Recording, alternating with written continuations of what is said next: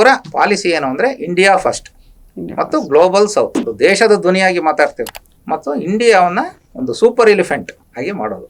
ಇದರಲ್ಲಿ ಬಹಳ ಪ್ರಧಾನ ಪಾತ್ರ ವಹಿಸ್ತಿರೋದು ಅವರ ವಿಚಾರಧಾರೆಗಳ ಮೇಲೆ ಮಹಾಭಾರತದಲ್ಲಿರುವ ರಾಜತಾಂತ್ರಿಕತೆ, ಅದರಲ್ಲಿ ಶ್ರೀಕೃಷ್ಣ ವಹಿಸಿರುವ ಪಾತ್ರ.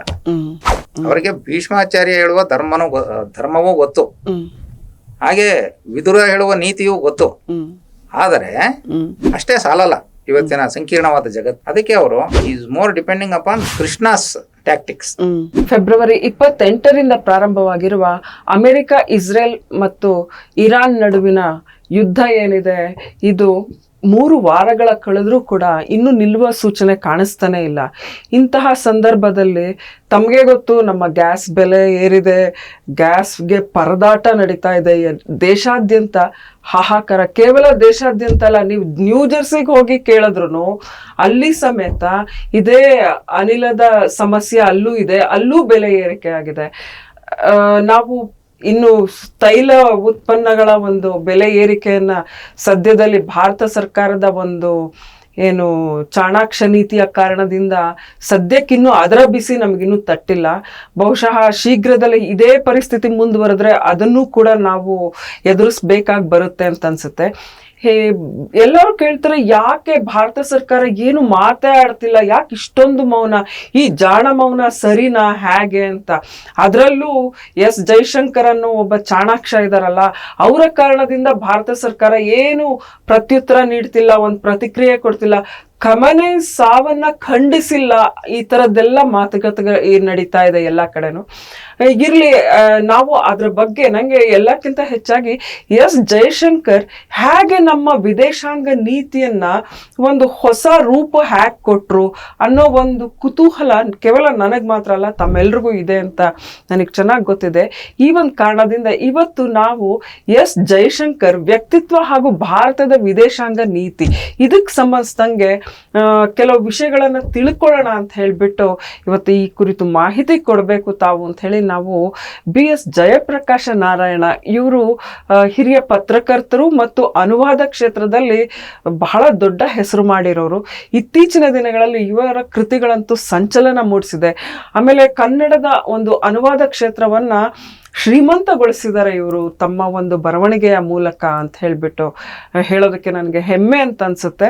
ಸರ್ ನಮಸ್ಕಾರ, ಈ ಒಂದು ಸಂವಾದ ಕಾರ್ಯಕ್ರಮಕ್ಕೆ ಸ್ವಾಗತ ಸರ್. ನಮಸ್ಕಾರ ಸರ್, ತಾವು 30ಕ್ಕೂ ಹೆಚ್ಚು ಅನುವಾದ ಕೃತಿಗಳನ್ನು ರಚಿಸಿದಿರಿ, 8 ಸ್ವತಂತ್ರ ಕೃತಿಗಳನ್ನು ರಚಿಸಿದಿರಿ. ಸರ್, ತಾವು MS ಸುಬ್ಬಲಕ್ಷ್ಮಿಯಿಂದ ಸ್ಯಾಮ್ ಪೆಟ್ರೋಡಾವರೆಗೆ ತಾವು ಒಂಥರ ಏನು ಆಡುಮುಟ್ಟದ ಸೊಪ್ಪಿಲ್ಲ ಅನ್ನೋ ಹಾಗೆ ಅನುವಾದ ಕ್ಷೇತ್ರದಲ್ಲಿ ಎಲ್ಲಾ ಕಡೆನೂ ಕೈಯಾಡಿಸಿದಿರಿ. ನನಗೆ ತಮ್ಮ ಕೃತಿಗಳಲ್ಲಿ 2 ಕೃತಿಗಳ ಬಗ್ಗೆ ಹೇಳಬೇಕು. ಒಂದು ಯಾವ್ದಪ್ಪ ಅಂತ ಹೇಳಿದ್ರೆ ಸಾಫ್ಟ್ವೇರ್ನಿಂದ ಸಾಕ್ಷಾತ್ಕಾರದವರೆಗೆ. ಈ ಒಂದು ಕೃತಿಯನ್ನ ಓದ್ದವ್ರು ಎಷ್ಟೋ ಜನ ಸರ್, ಅವರು ಮನಸ್ಸು ಎಷ್ಟು ಕ್ಷೋಭೆಯಲ್ಲಿತ್ತೋ ಅದನ್ನ ಓದಿದ್ಮೇಲೆ ಅವರು ಬಹಳ ಒಂಥರ ಈ ಏನು ಕಾಶಿಯ ಗಂಗೆ ಥರ ಸಮಾಧಾನಕ್ಕೆ ಹರಿಯೋ ಹಾಗಾಯಿತು ಅಂತ ಹೇಳ್ಬಿಟ್ಟು ಹೇಳಿದ್ದಾರೆ. ಇದು ನಾನೇ ಪ್ರತ್ಯಕ್ಷ ದರ್ಶಿ ಈ ಥರದ ಒಂದು ಅವರ ಒಂದು ಎಂಥ ಒಂದು ವಿಶೇಷ ಅನುಭೂತಿ ಏನು ಅವರಿಗೆ ಉಂಟಾಗಿದೆ, ಅದಕ್ಕೆ ಕಾರಣ ತಾವು ಸರ್. ಹಾಗೇನೆ ಇನ್ನೊಂದು ಸರ್, ಕ್ಯಾನ್ಸರ್ ಪೀಡಿತರೊಬ್ರು ಗೋಮಾತೆಯ ಸೇವೆಯಲ್ಲಿ ತೊಡಕೊಂಡು ಹೇಗೆ ಅದನ್ನ how did he overcome holy cancer, how a cow saved my life ಅಂತ ಹೇಳ್ಬಿಟ್ಟು ಕನ್ನಡಕ್ಕೆ ನಾನು ಪ್ರಾಣ ಉಳಿಸಿದ ಪುಣ್ಯಕೋಟಿ ಕ್ಯಾನ್ಸರ್ ಅನ್ನು ಮಣಿಸಿದವನ ಮನಕಲಕುವ ಕತೆ ಅಂತ ಹೇಳ್ಬಿಟ್ಟು ಇದನ್ನ ನಾವು ಕಸ್ತೂರಿಯ ಪುಸ್ತಕ ವಿಭಾಗದಲ್ಲಿ ಪ್ರಕಟಿಸಿದ್ವಿ. ಎಂತ ಭರಪೂರ ಮೆಚ್ಚುಗೆಗಳ ಮಹಾಪೂರನೇ ಹರಿದು ಬಂತು ಸರ್ ಅದಕ್ಕೆ. ಆಮೇಲೆ ತುಂಬಾ ಜನ, ಆಮೇಲೆ ಸಾಕಷ್ಟು ಮಂದಿ ಇದನ್ನ ಕ್ಯಾನ್ಸರ್ ಪೀಡಿತರಿಗೆ ಗಿಫ್ಟ್ ಆಗಿ ಕೊಟ್ರು ಸರ್. ಯಾಕೆಂದ್ರೆ ಇದನ್ನ ಓದಿ, ಯಾಕೆಂದ್ರೆ ಅವರು ಈ ರೇಡಿಯೇಷನ್, ಕಿಮೋ ಇವೆಲ್ಲ ಒಂದು ಏನು ಥೆರಪಿಗಳನ್ನ ತಗೊಂಡು ಹೊರಗೆ ಬಂದಾಗ ಅವರಾಗೆ ಇರಲ್ಲ. ಸೊ ಅವರಾಗಿ ಇರ್ಲಿಕ್ಕೆ ಒಂದು ಸಮಾಧಾನ ಕೊಡ್ಲಿಕ್ಕೆ ಈ ಒಂದು ಕೃತಿ ಹೆಲ್ಪ್ ಆಗುತ್ತೆ ಅಂತ ಹೇಳಿ ತುಂಬಾ ಜನ ಗಿಫ್ಟ್ ಕೊಟ್ಟಿದ್ದಾರೆ ಸರ್. ಈ ತರದ ನಿಜ, ಇಂಥ ಒಂದು ಅಮೂಲ್ಯ, ಅತ್ಯಮೂಲ್ಯ. ಎಷ್ಟೋ ಜನ ಈ ಪುಸ್ತಕ ಓದ್ಬಿಟ್ಟು ಅಲ್ಲಿಗೆ ಕರ್ಕೊಂಡು ಹೋಗಿದ್ದಾರೆ ಸೂರತ್ಗೆ, ಆ ಲಕ್ಷ್ಮೀನಾರಾಯಣ ಸೇವಾ ಚಾರಿಟಬಲ್ ಹಾಸ್ಪಿಟಲ್ ಅಂತ, ಅದು ಜೈನ ಸಮುದಾಯದವ್ರು ಮಾಡಿರೋದು. ಅಲ್ಲಿ ಕರ್ಕೊಂಡೋಗಿ ಹ್ಮ್. ಸರ್ವೈವ್ ಆಗಿದ್ದಾರೆ, ಸರ್ವೈವ್ ಆಗಿ ಬಂದಿದ್ದಾರೆ. ಪುಣ್ಯಕೋಟಿಯ ಸೇವೆ ಮಾಡಿ. ಹೌದು ಸರ್. ಸರ್, ಈಗ ಜಯಶಂಕರ್ ಅವರ ಕೃತಿಯನ್ನ ತಾವು ಅನುವಾದ ಮಾಡಿದ್ದೀರಿ, ಅದ್ರ ಬಗ್ಗೆ ಸ್ವಲ್ಪ ತಿಳಿಸಿ ಸರ್. ಆಮೇಲೆ ನಾವು ಜಯಶಂಕರ್ ಅವರ ವ್ಯಕ್ತಿತ್ವದ ಬಗ್ಗೆ ತಿಳ್ಕೊಳ್ಳೋಣ. ಆಯ್ತು ಮೇಡಮ್. ಮೊದಲಿಗೆ ನೀವು ಈ ಸಂವಾದಕ್ಕೆ, ಸಂಯುಕ್ತ ಕರ್ನಾಟಕ ಯೂಟ್ಯೂಬ್ ಚಾನಲ್ನ ಸಂವಾದಕ್ಕೆ ಕರೆದಿದ್ದಕ್ಕೆ ನಿಮಗೆ ನಾನು ಆಭಾರಿಯಾಗಿದ್ದೀನಿ ಮೇಡಮ್. ಮತ್ತು ನನ್ನ ಅನುವಾದಗಳ ಬಗ್ಗೆ ವಿಶೇಷ ಅಭಿಮಾನದಿಂದ ಮಾತಾಡಿದ್ರಿ. ಈ ನೀವು ಉಲ್ಲೇಖಿಸಿದ ಪುಸ್ತಕಗಳನ್ನು ಕಸ್ತೂರಿನಲ್ಲಿ ನೀವೇ ಆಯ್ದ ಪುಟಗಳನ್ನು ಪ್ರಕಟಿಸಿದ್ರಿ. ಸಾಫ್ಟ್ವೇರ್ನಿಂದ ಸಾಕ್ಷಾತ್ಕಾರದ ಕಡೆಗೆ ಅದನ್ನು ಪ್ರಕಟಿಸಿದ್ರಿ. ಇದು ಭಾರತ ಪಥದ್ದು ಅದು ಹಾಕಿದ್ದೀರಿ. ಹೌದು sir. I am very grateful for your kind words madam. ಹಾಗೆ ನೀವು ಹೇಳಿದಾಗೆ ನಾನು ಎಸ್ ಜೈಶಂಕರ್ ಅವ್ರದ್ದು 2019ರಲ್ಲಿ ಅವರ ಮೊದಲನೇ ಪುಸ್ತಕ ಬಂತು, the India way, strategies for an uncertain world ಅಂತ. ಅದನ್ನ ಬಂದ ತಕ್ಷಣ ಓದಿದೆ ನಾನು. ನನಗೆ ತುಂಬ ಇಂಪ್ರೆಸ್ ಆಗೋಯ್ತು. ಅದನ್ನು ನಾ ಇದನ್ನು ಮಾಡಲೇಬೇಕು, ಇದನ್ನು ಅನುವಾದ ಮಾಡಬೇಕು, I should bring it this book in to Kannada ಅಂತ ಅನ್ನಿಸ್ತು ನನಗೆ. ದುರದೃಷ್ಟವಶಾತ್ 2-3 ವರ್ಷ ಯಾವ ಪಬ್ಲಿಷರೇ ಸಿಗಲಿಲ್ಲ ಇದಕ್ಕೆ.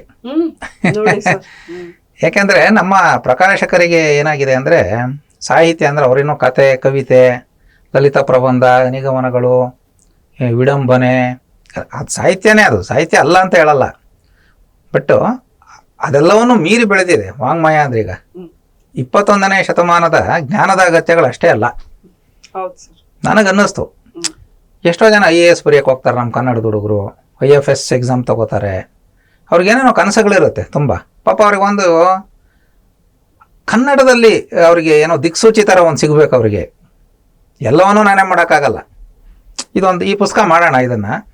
ಮತ್ತು ನಾನು ತುಂಬ ನೋಡಿದೆ, ವಿದೇಶಾಂಗ ವ್ಯವಹಾರ ಮತ್ತು ರಾಜನೀತಿ ಬಗ್ಗೆ ಕನ್ನಡದಲ್ಲಿ ಪುಸ್ತಕಗಳೇ ಇಲ್ಲ ಸರ್. ಇಲ್ಲ. ಹೌದು.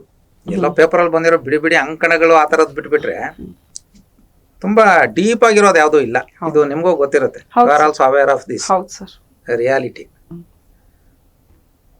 ಆದರೆ ನಾನು ಈ ಎಡೆಬಿಡದೆ ಪ್ರಯತ್ನ ಮಾಡ್ತಾನೆ ಇದ್ದೆ, ಇದೇನಾದ್ರು ಮಾಡಿ ಕನ್ನಡಕ್ಕೆ ತರಬೇಕು ಅಂತ. ಅವಾಗ ಒಂದು 2-3 ವರ್ಷ ಈ ಥರ ಪ್ರಯತ್ನ ಪಟ್ಟ ಮೇಲೆ ಇದು ಕ್ಲಿಕ್ ಆಯಿತು. ಇದು ಒಂದು ಚೇತೋಹಾರಿಯಾದ ಅನುಭವ ಇದು. ಯಾಕೆಂದರೆ ನಿಮಗೆ ಒಂದು ಕತೆಗೋ ಕಾದಂಬರಿಗಾದ್ರೂ ಒಂದು ಪೂರ್ವ ನಿದರ್ಶನ ಇರುತ್ತೆ ಅನುವಾದದಲ್ಲಿ. ಮತ್ತಲ್ಲಿ ಇಮ್ಯಾಜಿನೇಷನ್ಗೆ ಸ್ಥಾನ ಇರುತ್ತೆ ಸ್ವಲ್ಪ. ಆ ಕಡೆ ಈ ಕಡೆ ಹೋಗ್ಬೋದು ಚೂರು. ಅನುವಾದದಲ್ಲೂ ಒಂದು ಪೊಯೆಟಿಕ್ ಲೈಸೆನ್ಸ್ ಅಂತ ಇರುತ್ತಲ್ಲ, ತಗೋಬಹುದು. ಬಟ್ ಇಂಥ ವಿದೇಶಾಂಗ ವ್ಯವಹಾರಗಳು ಇಂಥದ್ರಲ್ಲಿ ತಗೊಳಕ್ಕಾಗಲ್ಲ. ಮತ್ತೆ ಇದರಲ್ಲಿ ಯಾರೂ ಮಾಡೇ ಇಲ್ಲ ಇಲ್ಲಿವರೆಗೂ ಕನ್ನಡದಲ್ಲಿ. ಕನ್ನಡವನ್ನ ನಾವು ಈ ರೀತಿ ಬೆಳೆಸ್ತಾ ಹೋಗ್ಬೇಕು ಅಂತ ಅನ್ನಿಸ್ತು. ನಾವು ಕನ್ನಡ ವಾಂಗ್ಮಯವನ್ನ ಶ್ರೀಮಂತಗೊಳಿಸೋದು. ಹೌದು. ಅಂದ್ರೆ ಹೊಸ ಹರಹನ್ನ ಇನ್ನು ವಿಸ್ತರಿಸ್ತಾ ಹೋಗೋದು. ಕನ್ನಡವನ್ನ ಉಳಿಸಿ ಬಳಸಿ ಅಂದ್ರೆ ಸಾಲದು, ಬೆಳೆಸಬೇಕು. ಅವೆರಡು ಆಗ್ಬೇಕು ಅಂದ್ರೆ ಬೆಳೆಸಬೇಕು ಅನ್ನೋದು ನನ್ನ ಮಂತ್ರ. ಇದು ನನಗೆ ಬೇರೆ ಬೇರೆ ಬರವಣಿಗೆ, ಓದು ಇದೆಲ್ಲ ಮಾಡ್ತಾ ಮಾಡ್ತಾ ಇದು ಗೊತ್ತಾಯ್ತು. ಎಲ್ಲಿ ನಮ್ಮ ಮಿತಿ ಇದೆ ಅಂದ್ರೆ ನಾವು ಬೆಳೆಸ್ತಾ ಇಲ್ಲ ಕನ್ನಡದಲ್ಲಿ ವಾಂಗ್ಮಯವನ್ನ. ಇವತ್ತಿನ ಕಾಲಕ್ಕೆ ಏನ್ ಬೇಕು ಅದಿಲ್ಲ. ಅವಾಗ ಕೂತು ಇದನ್ನ ಮಾಡಿದೆ ಮೇಡಮ್. ಭಾರತ ಪಥ, ವಿದೇಶಾಂಗ ಮತ್ತು ರಾಜನೀತಿಯಲ್ಲಿ ಹೊಸತನದ ಒಳಹುಗಳು ಅಂತ ಹೇಳ್ಬಿಟ್ಟು ಮಾಡಿದೆ ಇದನ್ನ. ಇದು 200 ಪುಟಗಳ ಒಂದು ಅನುವಾದ, ಮೂಲ ಕೃತಿ 200 ಪುಟ ಇದೆ ಅಷ್ಟೇನೆ. ನಾನು ಇದನ್ನ ಮಾಡೋದು 1 ವರ್ಷ ತಗೊಂಡಿದ್ದೀನಿ ಕನ್ನಡದಲ್ಲಿ. ಯಾಕೆಂದ್ರೆ ಈ ಒಂದೊಂದು ಪದಾನು ನನ್ನನ್ನು ನಿಲ್ಲಿಸ್ಬಿಡೋದು. ಇದು ಯಾಕೆಂದ್ರೆ ಜೈಶಂಕರ್ ಅದು ಅವರು ಜಾಗತಿಕ ಮಟ್ಟದ ಬೇರೆ ಬೇರೆ ವೇದಿಕೆಗಳಲ್ಲಿ ಕೊಟ್ಟಿರೋ ಉಪನ್ಯಾಸಗಳು, ಅವೆಲ್ಲ ಭಾಷಣಗಳು. ಸೊ ಅದನ್ನ ಕಂಪೈಲ್ ಮಾಡಿರೋದು. ಇಂಗ್ಲಿಷ್ ಪಬ್ಲಿಕೇಶನ್ ಅಲ್ಲಿ ಅದಕ್ಕೆಲ್ಲ ಒಂದು ಪ್ರೊಫೆಷನಲಿಸಮ್ ಇದೆ, ಅದನ್ನೆಲ್ಲ ಮಾಡೋದಕ್ಕೆ. ಬಟ್ ಕನ್ನಡದಲ್ಲಿ ಆ ತರ ಇಲ್ಲ. ಈ ಲೇಖಕನೇ ಅಥವಾ ಅನುವಾದಕನೇ ಅವೆಲ್ಲ ಓದ್ಕೋಬೇಕಾಗತ್ತೆ. ನಾನು ಆದ್ರೂ ಆಗ್ಲಿ ಅಂತ ನಾನು ಅದನ್ನ ತಗೊಂಡೆ ಖುಷಿಯಿಂದ. ಈ ವಿದೇಶಾಂಗ ವ್ಯವಹಾರಗಳಿಗೆ ಸಂಬಂಧಿಸಿದ ಏನೇನೋ ಪದಗಳು ಬರುತ್ತೆ. ಈಗ ಶಾಂಘೈ ಕೋಆಪರೇಷನ್ ಅಂತ ಬಂದ್ಬಿಡುತ್ತೆ, ಸಾರ್ಕ್ ಕಂಟ್ರೀಸ್ ಅಂತ ಬರುತ್ತೆ, ಆಸಿಯಾನ್ ಕಂಟ್ರೀಸ್ ಅಂತ ಬರುತ್ತೆ, ಲುಕ್ ಈಸ್ಟ್ ಅಂತ ಬರುತ್ತೆ, ಬ್ರಿಕ್ಸ್ ಅಂತ ಬರುತ್ತೆ, ಕ್ವಾಡ್ ಅಂತ ಬರುತ್ತೆ, ನೇಟೋ ಅಂತ ಬರುತ್ತೆ. ಆಮೇಲೆ ಇನ್ಯಾವುದೋ ಒಂದು ದೇಶದ್ದು ಇಂಡೋ ಪ್ಯಾಸಿಫಿಕ್ ಅಂತ ಬರುತ್ತೆ. ಇದೆಲ್ಲ ಏನು ಪಾಪ ನನ್ನ ಉದ್ದೇಶ ಏನು ಅಂದರೆ, ಕನ್ನಡದಲ್ಲಿ ಒಬ್ಬ PUC ಓದಿರೋನು ಅಥವಾ ಡಿಗ್ರಿ ಮಾಡ್ತಿರೋನು ಹುಡುಗನೋ ಹುಡುಗಿನೋ ಇದನ್ನು ತೊಗೊಂಡ್ರೆ ಅವನಿಗೆ ಇದು ಗೊತ್ತಾಗಬೇಕು, ವಿದೇಶಾಂಗದ ಬಗ್ಗೆ ಏನೋ ಒಂದು ರುಚಿ ಎತ್ತಬೇಕು ಅಂತ ಹೇಳ್ಬಿಟ್ಟು ನನ್ನ ಉದ್ದೇಶ ಇತ್ತು. ಅದಕ್ಕೆ ನಾನೇನು ಮಾಡಿದೆ, ಒಂದು 60-70 ಅಡಿ ಟಿಪ್ಪಣಿಗಳನ್ನು ಮಾಡಿದೆ ಇದಕ್ಕೆಲ್ಲ ಕೂತ್ಕೊಂಡು ಈ ಥರದಕ್ಕೆಲ್ಲ ಹೌದು ಸರ್. ಮಾಡಿ. ಈಗ ಇಂಡೋ ಪ್ಯಾಸಿಫಿಕ್ ಅಂದ್ರಲ್ಲಿ ಎಷ್ಟು ದೇಶಗಳು ಬರುತ್ತೆ, ಅಲ್ಲಿಯ ಜನಸಂಖ್ಯೆ ಏನು, ಯಾವ್ಯಾವ ದೇಶಗಳಿದೆ, ಎಕಾನಮಿ, ಜಗತ್ತಿನ ಎಕಾನಮಿಯಲ್ಲಿ ಎಷ್ಟು ಪಾಲಿದೆ ಇಂಡೋ ಪ್ಯಾಸಿಫಿಕ್ನಲ್ಲಿ, ಈ ಥರದ್ದೆಲ್ಲ ಮಾಡಿದೆ. ಇದು ಒಂದು ನನಗೆ ಆತ್ಮಸಂತೃಪ್ತಿಯನ್ನು ಕೊಟ್ಟ ಒಂದು ಸವಾಲಿನ ಅನುವಾದ. ಯಾಕೆಂದರೆ ಇದು first of it's kind translation ಕನ್ನಡದಲ್ಲಿ ನನಗೆ ಗೊತ್ತಿರೋಂಗೆ. ಹೌದು ಸರ್. ಇದನ್ನ ನಾನು ಬಹಳ ವಿನಯದಿಂದ ಹೇಳ್ಕೊಳ್ತಾ ಇದ್ದೀನಿ. ಯಾಕೆಂದ್ರೆ ಈ ಅಂತಿಮ ಅಂತ ಯಾವುದೂ ಇಲ್ಲ. ಇದಕ್ಕೆ ಅಪನಂತ ಪುಸ್ತಕ ಬರುತ್ತೆ ನಾಳೆ, ಅದು ಬರ್ಬೇಕು ಕನ್ನಡಕ್ಕೆ. ಯಾಕಂದ್ರೆ ಆನಂದವರ್ಧನ ಹೇಳ್ತಾನೆ, ಈ ಜಗತ್ತಿನಲ್ಲಿ ಸಾವಿರಾರು ಬೃಹಸ್ಪತಿಗಳಾಗೋಗಿದ್ದಾರೆ, ಇನ್ನೂ ಸಾವಿರಾರು ಬೃಹಸ್ಪತಿಗಳಿಗೆ ಜಾಗ ಇದೆ ಇಲ್ಲಿ ಅಂತ. ನಾನು ಆ ಒಂದು ಕನ್ನಡದಲ್ಲಿ ಇವೆಲ್ಲ ಬರಲಿ ಎನ್ನುವ ಆಸೆಯಿಂದ ಅದನ್ನ ಮಾಡಿದೆ. ಇದನ್ನ ತುಂಬಾ ಜನ ಇಷ್ಟಪಟ್ಟಿದ್ದಾರೆ ಈ ಪುಸ್ತಕವನ್ನ, ತುಂಬಾ ಇಷ್ಟಪಟ್ಟಿದ್ದಾರೆ. ತಾವೇ ಹೇಳದಂಗೆ ಸರ್, ಇದು ಕನ್ನಡದಲ್ಲಿ ಸ್ಪರ್ಧಾತ್ಮಕ ಪರೀಕ್ಷೆ ಬರೆಯೋರಿಗೆ, ವಿಶೇಷವಾಗಿ UPSC ಬರೆಯೋರಿಗೆ ಇದು ಬಹಳ ಅನುಕೂಲ ಅಂತ ಹೇಳಿದ್ದಾರೆ. ಅಂದ್ರೆ ಎಸ್ ಜೈಶಂಕರ್ ಅವರು ಏನು ಒಂದು ವಿದೇಶಾಂಗ ನೀತಿಯನ್ನ ಪ್ರತಿಪಾದಿಸ್ತಿದ್ದಾರೆ ಮತ್ತು ಅಳವಡಿಸ್ಕೊಂಡಿದ್ದಾರೆ, ಅನುಸರಿಸ್ತಿದ್ದಾರೆ, ಅದು ಯಾವ ರೀತಿ ಅದರ ಏನು ಆಳ ಆಗಲ್ಲ ಹೇಗೆ ಅನ್ನೋ ಒಂದು ಸೂಕ್ಷ್ಮ ಇದ್ರಲ್ಲಿ ಗೊತ್ತಾಗುತ್ತೆ ಸರ್. ಈ ನಮ್ಮ ಈಗ 2019 ನಂತರ ನಮ್ಮ ವಿದೇಶಾಂಗ ನೀತಿ ತುಂಬಾ ಚೇಂಜ್ ಆಗಿದೆ. ಹೌದು, ಒಂದು ಪ್ಯಾರಾಡೈಮ್ ಶಿಫ್ಟ್ ಆಗಿದೆ. ಹೌದು, paradigm shift sir. Whether like it or not, whether accept it or not. ಈಗ ನಾವು 100% ಪರಿಪೂರ್ಣ ಅಂತ ಯಾವ್ದನ್ನೂ ಹೇಳಕ್ಕಾಗಲ್ಲ, ಯಾವುದೋ ಆ ಥರ ಇರಲ್ಲ, ಅಸಂಭವ.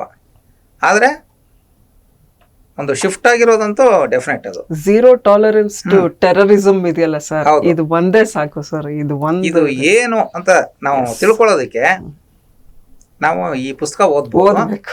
ಇದಾದ್ಮೇಲೆ ಇನ್ನೂ ಇಂಟ್ರೆಸ್ಟ್ ಇರೋರು ಅವ್ರದ್ದೇನೆ ವೈ ಭಾರತ್ ಮ್ಯಾಟರ್ಸ್ ಅಂತ ಒಂದು ಪುಸ್ತಕ ಬಂದಿದೆ, 2ನೇ ಪುಸ್ತಕ. ಇದರ ಮುಂದುವರಿದ ಭಾಗದ ತರನೇ ಇದೆ ಅದು ಕೂಡ ಕನ್ನಡಕ್ಕೆ ಬಂದಿದೆ. ಅದನ್ನ ನಮ್ಮ ಬೇಳೂರು ಸುದರ್ಶನ್ ಅವರು ಮಾಡಿದ್ದಾರೆ. ಆಸಕ್ತರು ಅದನ್ನು ಓದ್ಬೋದು. ಇದು ಈ ತರದ್ದೇನು ಅಂದ್ರೆ ಒಂದು ಕನ್ನಡ ವಾಂಗ್ಮಯಕ್ಕೆ ಒಂದು ಹೊಸ ನೀರು. ಹೌದು, ಇವೆಲ್ಲ ಅನುವಾದದಿಂದಾನೇ ಬರಬೇಕು ಆಕ್ಚುಲಿ. ಇದು ನೇರವಾಗಿ ಬರೋದು ಅಸಂಭವ ಕನ್ನಡದಲ್ಲಿ ಈ ತರದ್ದೆಲ್ಲ. ಅದಕ್ಕೆ ಮತ್ತೆ ನಾನು ನನ್ನ ಅನುವಾದದಲ್ಲಿ ಬಹಳ ಪ್ರಜ್ಞಾಪೂರ್ವಕವಾಗಿ, ಸಪೋಸ್ ಜೈಶಂಕರ್ ಈ ಪುಸ್ತಕವನ್ನು ಕನ್ನಡದಲ್ಲೇ ಬರೆದಿದ್ರೆ ಯಾವ ಕನ್ನಡ ಬಳಸ್ತಿದ್ರು ಅನ್ನೋದನ್ನ ಒಂದು ಅಂದಾಜು ಇಟ್ಕೊಂಡು, ಎಲ್ಲೋ ಜಾರ್ಗನ್ಸ್ ಏನು ಬಳಸ್ತಲೇನೆ, ತುಂಬಾ ಭಾರವಾದ ಪದಗಳನ್ನು ಬಳಸ್ತಲೇನೆ, ತುಂಬಾ ಸಾಮಾನ್ಯವಾದ ಕನ್ನಡವನ್ನೇ ಬಳಸಿ ಮಾಡಿದ್ದೀನಿ ಇದನ್ನ. ಇಲ್ಲ, ನಾನು ಆ ಇಡೀ ಕೃತಿಯನ್ನು ಓದಿದ್ದೀನಿ ಸರ್. ಹಾಗಾಗಿ ನನಗೆ ಅದರ ಶ್ರೀಮಂತಿಕೆ ಏನು ಅನ್ನೋದು ನನಗೆ ಚೆನ್ನಾಗಿ ಅರಿವಾಗಿದೆ ಸರ್. ಇನ್ನು ನಾವು ಎಸ್ ಜೈಶಂಕರ್ ಅವರ ಒಂದು ವಿಷಯಕ್ಕೆ ಬರೋದಾದ್ರೆ ಸರ್, ಇವತ್ತು ಎಲ್ರಿಗೂ ಒಂದೇ ಒಂದು ಕ್ವೆಶ್ಚನ್ ಮಾರ್ಕ್. ಅವರು ಏನಂತ ಹೇಳಿದ್ರೆ, ಅವ್ರು ಹೆಚ್ಚಿಗೆ ಏನು ಮಾತಾಡಲ್ಲ ಸರ್, ಆದರೆ ಅವರ ಕೃತಿಗಳಂದ್ರೆ ಅವ್ರ ಮಾತಿಗಿಂತ ಕೃತಿಯಲ್ಲೇ ಅವರು ಜಾಸ್ತಿ ಅದನ್ನ ತೋರ್ಪಡಿಸ್ತಾರೆ. ಆ ತೂಕದ ನಡವಳಿಕೆ ವ್ಯಕ್ತಿತ್ವ ಅಂತೀವಲ್ಲ, ಅದು ಅವರು ನಮ್ಮ ಭಾರತದ ಒಂದು ವಿದೇಶಾಂಗ ವ್ಯವಹಾರಗಳ ಸಚಿವಾಲಯಕ್ಕೆ ಒಂದು ಏನು ಮಹತ್ವವನ್ನ ತಂದುಕೊಟ್ಟಿದ್ದಾರೆ. ಮುಂಚಿನ ಹಾಗೆ no one can take India for granted ಅನ್ನೋದನ್ನ ಅವರು ಬಹಳ ಒಂದು ಖಚಿತವಾಗಿ ಅವರು ಅದನ್ನ ಏನು ಸಾಬೀತುಪಡಿಸಿದ್ದಾರೆ ಸರ್. ಇದಕ್ಕೆ ತಾವೇ ಹೇಳ್ದಂಗೆ ಇತ್ತೀಚಿನ ವರ್ಷಗಳಲ್ಲಿ ನಮ್ಮ ವಿದೇಶಾಂಗ ಸಚಿವರು ನಡೆದುಕೊಂಡಿರುವಂತಹ ರೀತಿ, ಅವ್ರು ಕೊಟ್ಟಿರುವಂತಹ ಭಾಷಣಗಳು, ಮಾತುಗಳು, ಪ್ರತಿಯೊಂದು ನನಗೆ ಆಪರೇಷನ್ ಸಿಂಧೂರ್ ಟೈಮ್ನಲ್ಲಿ ಅವ್ರು ಹೇಳಿದಂತಹ ಒಂದೊಂದು ಮಾತುಗಳು ಅದು ಏನು ಸುವರ್ಣಾಕ್ಷರದಲ್ಲಿ ಬರೆದಿಡ್ಬೇಕಾದಂತಹ ಒಂದು ಖಂಡಿತ ಅಲ್ವಾ ಸರ್? ಏನದು ನಿಜವಾಗ್ಲೂ ಸರ್. ನಾವು ಅವರ ಒಂದು ಹಿನ್ನೆಲೆ ಬಗ್ಗೆ, ಕೌಟುಂಬಿಕ ಹಿನ್ನೆಲೆ ಬಗ್ಗೆ ತಿಳಿಸ್ಕೊಡಿ ಸರ್. ಇದು ಚೆನ್ನಾಗಿದೆ. ಇದು ಯಾಕೆ ಅಂದ್ರೆ, ಅವರು ಒಬ್ಬ ವಿದೇಶಾಂಗ ಸಚಿವರಾಗಿ ಸಾಧಿಸಿರುವ ಯಶಸ್ಸಿಗೆ ಅವರ ಕೌಟುಂಬಿಕ ಹಿನ್ನೆಲೆ ಬಹಳ ದೊಡ್ಡ ಕಾರಣ. ಯಾಕಂದ್ರೆ ಅವ್ರ ತಂದೆ ಸುಬ್ರಹ್ಮಣ್ಯಂ ಬಹಳ ದೊಡ್ಡ ಸ್ಟ್ರಾಟಜಿಸ್ಟ್. ಅವರು ಇಂಡಿಪೆಂಡೆಂಟ್ ಇಂಡಿಯಾದಲ್ಲಿ he was the right hand for Indira Gandhi. ಹೌದು ಸರ್. ಓಕೆ. ಮತ್ತೆ ರಾಜೀವ್ ಗಾಂಧಿಗೆ ಬಹಳ ನಿಕಟವಾಗಿದ್ರು. ಅದೇ ಪರಂಪರೆಯಿಂದ ಹ್ಮ್ ಅದೇ ವಾತಾವರಣದಲ್ಲಿ ಬೆಳೆದವರು. ಹ್ಮ್ ಈಗ ನೀವು ಸ್ವತಂತ್ರ ಭಾರತದ ಚರಿತ್ರೆ ನೋಡಿ, ಹ್ಮ್ ಈ ವಿದೇಶಾಂಗ ಸಚಿವರು ಅಂದ್ರೆ ಯಾರು ಅಂದ್ರೆ ಹ್ಮ್.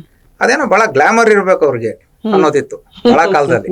ಅವ್ರೇನೋ ಸೂಟು ಬುಟ್ಟು ಹಾಕೊಂಡು ಮಿರನ್ ಮಿಂಚ್ತಿರ್ಬೇಕು, ಹ್ಮ್ ನೋಡೋದಕ್ಕೆ ಬಹಳ ಕಲರ್ಫುಲ್ ಆಗಿ ಒಂಥರ ವರ್ಣರಂಜಿತ ವ್ಯಕ್ತಿತ್ವ ಅನ್ನೋ ಥರ ಇರಬೇಕು. ಈಗ ನೀವು ಜವಾಹರ್ಲಾಲ್ ನೆಹರು ನಮ್ಮ ಫಸ್ಟ್ ಫಾರಿನ್ ಮಿನಿಸ್ಟರ್, ಅವರು ಪ್ರಧಾನಿ ಆದ ದಿವಸದಿಂದ ಕೊನೆ ಉಸಿರಳಿವರೆಗೂ ಆ ಖಾತೆ ಇಟ್ಕೊಂಡಿದ್ರು. 17 ವರ್ಷ ಅವರು ಹ್ಮ್ ಇದ್ದಿದ್ದು. ಹೌದು ಸರ್. ಅದಾದ್ಮೇಲೆ ತುಂಬಾ ಜನ ಬಂದಿದ್ದಾರೆ ಈ ವಿದೇಶಾಂಗ ಖಾತೆನಲ್ಲಿ. ಹ್ಮ್ ಸ್ವರ್ಣ ಸಿಂಗು, ಶ್ಯಾಮ ಪ್ರಸಾದ್ ನಂದನ್ ಮಿಶ್ರಾ, PV ನರಸಿಂಹರಾವು, ಹೆಸರೇನು ವಾಜಪೇಯಿ, ಇರ್ಬೇಕು. ಹ್ಮ್ ಪ್ರಣಬ್ ಮುಖರ್ಜಿ, ಯಶವಂತ್ ಸಿನ್ಹಾ, ಜಸ್ವಂತ್ ಸಿಂಗು, ಗುಲ್ಜಾರಿಲಾಲ್ ನಂದಾ, ಇಂದಿರಾ ಗಾಂಧಿ, ರಾಜೀವ್ ಗಾಂಧಿ, VP ಸಿಂಗು, ಇವರೆಲ್ಲ ಮಾಧವ್ ಸಿನ್ಹಾ ಸೋಲಂಕಿ, ಇವರೆಲ್ಲ ಫಾರಿನ್ ಅಫೇರ್ಸ್ ಅನ್ನ ಹ್ಯಾಂಡಲ್ ಮಾಡಿದ್ದಾರೆ. ಸುಷ್ಮಾ ಸ್ವರಾಜ್. ಸುಷ್ಮಾ ಸ್ವರಾಜು ಎಲ್ಲ. ಆದ್ರೆ ಅವ್ರದ್ದೇನು ಅಂದ್ರೆ ಬಹಳ ದೊಡ್ಡ ಸಾಧನೆ ಅಂತ ಹುಡುಕಿದ್ರೆ ನಮ್ಮ SM ಕೃಷ್ಣನೂ ಆಗಿದ್ರು. ಹೌದು. ಆದ್ರೆ ಅವರ ಕಾಲದಲ್ಲಿ ನೋಡಿ ಗ್ಲಾಮರ್, ಎಸ್. ಎಲ್ಲೋ ಹೋಗೋರು ಫೋಟೋ ತೆಗೆಸ್ಕೊಳ್ಳೋದು, ಪ್ರಚಾರ ಏನೋ ಬರೋದು, ಆ ಥರ. ಮತ್ತೆ ಒಂದು ವ್ಯಾಪಕವಾದ ದೃಷ್ಟಿಕೋನ ಇರಲಿಲ್ಲ ಅವಾಗ. ಯಾಕೆಂದ್ರೆ ಈಗ ಸ್ವರ್ಣ ಸಿಂಗು ಅವರು ವಿದೇಶಾಂಗ ಸಚಿವರಾಗಿ ಏನು ಸಾಧನೆ ಮಾಡಿದ್ರು ಗೊತ್ತಿಲ್ಲ, ಯಾರಿಗೂ ಗೊತ್ತಿಲ್ಲ. ಮಾಧವ ಸಿನ್ಹಾ ಸೋಳಂಕಿ ಏನು ಸಾಧನೆ ಮಾಡಿದ್ದಾರೆ ವಿದೇಶಾಂಗ ಸಚಿವರಾಗಿ? ನಟವರ್ ಸಿಂಗ್ ಗೊತ್ತಿಲ್ಲ ನಮಗೆ. ನನಗೆ ಅಂತಲ್ಲ, ಈ ನನಗೇನು ಅವ್ರ ಬಗ್ಗೆ ಅಸಹನೆ ಅಥವಾ ದ್ವೇಷ ಏನಿಲ್ಲ. ಬಹಳ ಚಿಕ್ಕಂದಿನಿಂದಾನು ಈ ಒಂದು ಸಬ್ಜೆಕ್ಟ್ ಅನ್ನ ತುಂಬಾ ಸೀರಿಯಸ್ ಆಗಿ ಫಾಲೋ ಮಾಡ್ತೀನಿ. ಹೌದು. ನಾನ್ ಕಂಡಿದ್ದು ನಟ್ವರ್ ಸಿಂಗ್ ಬರೀ ಸೂಟು ಬುಟ್ ಹಾಕೊಂಡು ಬಂದ್ಗಲ ಇದು ಅವರು ಮತ್ತೆ ಇವರು ಸಲ್ಮಾನ್ ಖುರ್ಷಿದ್. ಸಲ್ಮಾನ್ ಖುರ್ಷಿದ್ ಸರ್. ಸಲ್ಮಾನ್ ಖುರ್ಷಿದಿಂದ ನಮ್ಗೆ ಸ್ವಲ್ಪ ಅನುಕೂಲ ಆಗಿದೆ ಸರ್. ಅಲ್ಲ ಯಾಕೆ ಅಂದ್ರೆ ಸಲ್ಮಾನ್ ಸಂದರ್ಭಗಳು ಆತರ, ಸನ್ನಿವೇಶಗಳು ಆತರ ಇತ್ತು. ಜಗತ್ತಿನಲ್ಲಿ ಒಂದು ಎಕನಾಮಿಕ್ ಪವರ್ ಆಗ್ತಾ ಇತ್ತು ಇಂಡಿಯಾ, ಸಲ್ಮಾನ್ ಖುರ್ಷಿದ್ ಅಂತ. ಆದ್ರೆ but still India voice was weak. Jaswant Singh ಆಗ ಅಲ್ವಾ? ಈಗ ನಾವು ಜಗತ್ತಿನಲ್ಲಿ ಆರ್ಥಿಕವಾಗಿ 3ನೇ ಸ್ಥಾನಕ್ಕೆ ಬಂದಿದ್ದೀವಿ. ಈಗ ಬಾಕಿ ವಿದೇಶಾಂಗ ಸಚಿವರಿಗೂ ಜೈಶಂಕರ್ ಅವ್ರಿಗೂ ಒಂದು ದೊಡ್ಡ ವ್ಯತ್ಯಾಸ ಇದೆ, ತುಂಬಾ ದೊಡ್ಡ ವ್ಯತ್ಯಾಸ. ಏನು ಅಂದ್ರೆ ಇವರು ಸ್ವತಃ IFS ಸರ್ವಿಸ್ನಲ್ಲಿ ಇದ್ದವರು 40 ವರ್ಷ. 1977ರಲ್ಲಿ ಜಾಯಿನ್ ಆಗಿದ್ದೀವರು. 2019ರಲ್ಲಿ ವಿದೇಶಾಂಗ ಕಾರ್ಯದರ್ಶಿಯಾಗಿ ರಿಟೈರ್ಡ್ ಆಗಿದ್ದು. ಅದಾದಮೇಲೆ ವಿದೇಶಾಂಗ ವ್ಯವಹಾರಗಳ ಸಚಿವರಾಗಿ ನಮ್ಮ ದೇಶದ ಪುಣ್ಯ ದೊಡ್ಡದಿತ್ತು, ಇವರು ಬಂದರು, ಮೋದಿಯವರು ಇವರನ್ನು ಆಯ್ಕೆ ಮಾಡಿದರು. ನೀವು ಅದಕ್ಕೆ ಮುಂಚಿನ ವಿದೇಶಾಂಗ ನೀತಿ ನೋಡಿ, ಅವಾಗ ಏನಾಗಿತ್ತು ಅಂದರೆ ಇಂಡಿಯನ್ಸ್ ಎಲ್ಲೋ ತೊಂದರೆಗೆ ಸಿಗಾಕೊಳ್ತಾರೆ ಅಂದ್ಕೊಳ್ಳಿ, ಒಂದು ರೆಸ್ಕ್ಯೂ ಆಪರೇಷನ್ ಮಾಡ್ಕೊಂಬಂದ್ಬಿಟ್ರೆ ಅದೇ ದೊಡ್ಡ ಸಾಧನೆ ಅನ್ನಂಗೆ ಆಗೋದು. ಹೌದು ಹೌದು ಅಲ್ವಾ? ಹೌದು. It was the fact. ಅದಕ್ಕೆ ಒಂದು ವಾರ ಪ್ರಚಾರ ಸಿಗೋದು, ಎಲ್ಲ ಇದಾಗೋಗೋದು. ಅಥವಾ ಯಾರೋ ಯಾವುದೋ ಒಂದು ಮಾತುಕತೆಗೆ ಹೋಗಿ ಬರೋದು, ಅದು ಏನೋ ಒಂಥರ ಅಧೀನ ಪಾತ್ರ ಅಂಥ ಮಾತುಕತೆಗಳಲ್ಲಿ. ಪಾಪ ನಿರ್ಣಾಯಕ ಮುಂಚೂಣಿಯಲ್ಲಿ ಇರ್ತಾನೆ ಇರಲಿಲ್ಲ ಭಾರತ. ಆದರೆ ಜೈಶಂಕರ್ ಬರುವಷ್ಟೊತ್ತಿಗೆ ಏನಾಯಿತು ಅಂದರೆ ಭಾರತ ಒಂದು ದೊಡ್ಡ ಶಕ್ತಿಯಾಗಿತ್ತು. ಅದು ಒಂದು ಅನುಕೂಲವಾಗಿ ಒದಗಿ ಬಂತು ಅವ್ರಿಗೆ. ಮತ್ತು ಅವ್ರಿಗೆ ಫ್ರೀಡಮ್ ಕೊಟ್ಟಿದ್ದಾರೆ, ಮುಖ್ಯವಾಗಿ ಸ್ವತಂತ್ರವಾಗಿ ವ್ಯವಹರಿಸ್ಬೋದು ಅವರು. ಆಮೇಲೆ ಅವರು ಬಹಳಷ್ಟು ಅಂದ್ರೆ ತುಂಬಾ ಇಂಪಾರ್ಟೆಂಟ್ ಅಂದ್ರೆ ಗಹನವಾದ ಸ್ಥಳಗಳಲ್ಲೆಲ್ಲ ಕಾರ್ಯನಿರ್ವಹಿಸಿ ಬಂದ ದೇಶಗಳಲ್ಲಿ. ಈ ಜೈಶಂಕರ್ ಅವರು ಈ 40 ವರ್ಷದಲ್ಲಿ ಅವರು ಈಗ ಭಾರತದ ವಿಷಯದಲ್ಲಿ ಕೆಲವು ದೇಶಗಳು ನಿರ್ಣಾಯಕ. China, Singapore, Japan, America, Europe, Russia, ಇವೆಲ್ಲ ನಮ್ಮ ದೇಶದ ಹಣೆಬರಹವನ್ನೇ ಡಿಸೈಡ್ ಮಾಡೋ ಶಕ್ತಿ ಇದೆ ಇವಕ್ಕೆ. ಓಕೆ, ಆಶ್ಚರ್ಯ ಅಂದರೆ ಈ ಎಲ್ಲ ದೇಶಗಳಲ್ಲೂ ಅವರು ರಾಯಭಾರಿಯಾಗಿಯೋ ಅಥವಾ ಇನ್ನೊಂದು ಕೆಪಾಸಿಟಿನಲ್ಲೋ ಕೆಲಸ ಮಾಡಿದ್ದಾರೆ, ವ್ಯವಹರಿಸಿದ್ದಾರೆ ಈ ಎಲ್ಲ ದೇಶಗಳ ಜೊತೆ ಭಾಳ ನಿರ್ಣಯ. ಈಗ ಮನಮೋಹನ್ ಸಿಂಗ್ ಅವರ ಗೌರ್ಮೆಂಟ್ನಲ್ಲಿ ಇಂಡೋ US ನ್ಯೂಕ್ ಡೀಲ್ ಆಯಿತು, ಅದು ಭಾಳ ದೊಡ್ಡ ಸಾಧನೆನೇ. ಆದರೆ ಅದರಲ್ಲಿ ಭಾಳ ಒಂದು ಪಿವೋಟಲ್ ರೋಲ್ ಪ್ಲೇ ಮಾಡಿದ್ದು ಜೈಶಂಕರ್ ನೇಪಥ್ಯದಲ್ಲಿ. ಅದು ಇಡೀ ಡೀಲ್ ಕ್ಲಿಂಚ್ ಆಗೋದಕ್ಕೆ ಇವರು ಜೈಶಂಕರ್ ಭಾಳ ದೊಡ್ಡ ಪಾತ್ರ ವಹಿಸಿದ್ರು. ಹಾಗೇನೆ ನಮಗೆ ಒಂದು ಫ್ಯೂಯಲ್ ಎಕಾನಮಿ ಇದೆ, ಹ್ಮ್ ಮತ್ತು ಸ್ಟ್ರಾಟಜಿಕ್ ಅಟಾನಮಿ. ಈಗ 15 ವರ್ಷದ ಹಿಂದೆ ಭಾರತದ ಪಾಲಿಗೆ ಸ್ಟ್ರಾಟಜಿಕ್ ಅಟಾನಮಿ ಅಂದರೆ ಏನೋ ಭಾಳ ಅಪರಿಚಿತವಾದ ಶಬ್ದ ಆಗೋಗಿತ್ತು. ಹ್ಮ್ ಹ್ಮ್ ಅಂದರೆ ನಮ್ಗೆ ಯಾರೋ ಸೂಚನೆಗಳನ್ನು ಕೊಡೋರು, ಅದಕ್ಕೆ ತಕ್ಕಂತೆ ನಾವು ನಡ್ಕೋತಿದ್ವಿ. ಹೌದು. ಆದರೆ ಜಿಯೋ ಪಾಲಿಟಿಕ್ಸಲ್ಲಿ ಆ ಥರ ಇದ್ರೆ ಆಗಲ್ಲ ಹ್ಮ್ ಅಂತ ಜೈಶಂಕರ್ ಭಾಳ ಖಡಕ್ಕಾಗಿ ಮಾತುಗಳನ್ನು ಹೇಳೋದಕ್ಕೆ ಶುರು ಮಾಡಿದರು. ಇವ್ರದ್ದೇನು ಅಂದರೆ ಜೈಶಂಕರ್ದ ಪಾಲಿಸಿ ಇಂಡಿಯಾ ಫಸ್ಟ್ ಎಸ್. ಮತ್ತು ಗ್ಲೋಬಲ್ ಸೌತ್. ಹ್ಮ್ ಈ 10 ವರ್ಷದಿಂದ ನಾವು ಇದ್ಯಾರೋ ಮಾತು ಕೇಳಿದ್ವಾ ನಾವು ಇಲ್ಲ. ಇಂಡಿಯಾ ಫಸ್ಟ್ ಅನ್ನೋದನ್ನ, ಇಲ್ಲ ಇಲ್ಲ. ಅಥವಾ ಗ್ಲೋಬಲ್ ಸೌತ್? ಹ್ಮ್ ಎಲ್ಲ ಉತ್ತರಾರ್ಧದ ಜಗತ್ತೇ ಎಲ್ಲವನ್ನು ನಿಯಂತ್ರಿಸ್ತಾ ಇತ್ತು, ನಿರ್ದೇಶಿಸ್ತಾ ಇತ್ತು, ಹೌದು. ಮತ್ತೆ ತಾನು ಮಾಡಿದ್ದೇ ಸರಿ, ತನ್ನ ಹಿತವೇ ಹಿತ ಹ್ಮ್ ಅಂತ ಇತ್ತು. ಹ್ಮ್ ಆದರೆ ಜಾಗತಿಕ ಮಟ್ಟದ ಪ್ರಮುಖ ವೇದಿಕೆಗಳಲ್ಲಿ ಜೈಶಂಕರ್ ಅವರು ಈ ಭಾರತದ ಅಭೀಪ್ಸೆಯನ್ನು ಹೇಳಕ್ ಶುರು ಮಾಡಿದರು. ನಮ್ಮ ಮಹತ್ವಾಕಾಂಕ್ಷೆ ಏನು? ಇಂಡಿಯಾ ಫಸ್ಟ್, ನಮ್ಮ ಹಿತಾಸಕ್ತಿ ಮುಖ್ಯ. ನಾವು ಬಂದಿರೋದು ನಿಮ್ಮ ಹಿತಾಸಕ್ತಿಗೋಸ್ಕರ ಅಲ್ಲ, ಹ್ಮ್ ನಮ್ಮ ಹಿತಾಸಕ್ತಿಗೆ ನಾವು ಇಲ್ಲಿ ಟೇಬಲ್ನಲ್ಲಿ ಬಂದಿರೋದು, ಹ್ಮ್ ನಾವು ಅದಕ್ಕೆ ಸ್ಟಿಕ್ ಆಗ್ತೀವಿ. ಇಷ್ಟ ಇದ್ರೆ ಬನ್ನಿ ನೀವು, ಇಲ್ಲಾಂದ್ರೆ ಇಲ್ಲ ಹ್ಮ್ ಅಂತ ಹೇಳ್ಬಿಟ್ಟು ಹೇಳಿದರು. ಈಗ ಭಯೋತ್ಪಾದನೆ ವಿರುದ್ಧನೇ ಆಗಲಿ, ಹ್ಮ್ ಒಂದು ದಿಟ್ಟವಾದ ಧ್ವನಿ ಕೇಳಕ್ ಬರ್ತಿರ್ಲಿಲ್ಲ ನಮ್ದು. Meek, it was very meek, zero tolerance ಅಲ್ವಾ? ಈಗ ಆ ಥರ ಅಲ್ಲ.